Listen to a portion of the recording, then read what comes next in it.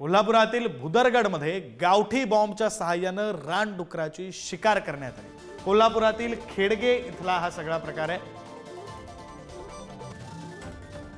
सरपंचासह 7 जणांना अटक सुद्धा या प्रकरणामध्ये करण्यात आली। 7ही संशयित आरोपींच्या घरी रानडुकराचं मांस सुद्धा सापडलंय आणि त्यामुळे सरपंचासह 7 जणांवर कारवाई करण्यात आली। आरोपींची संख्या वाढण्याची सुद्धा शक्यता आहे। कोल्हापुरातील भुदरगडमध्ये गावठी बॉम्बच्या सहाय्यानं रानडुकराची शिकार करण्यात आली। आता 7 संशयित आरोपींच्या घरी रानडुकराचं मांस सुद्धा सापडलं।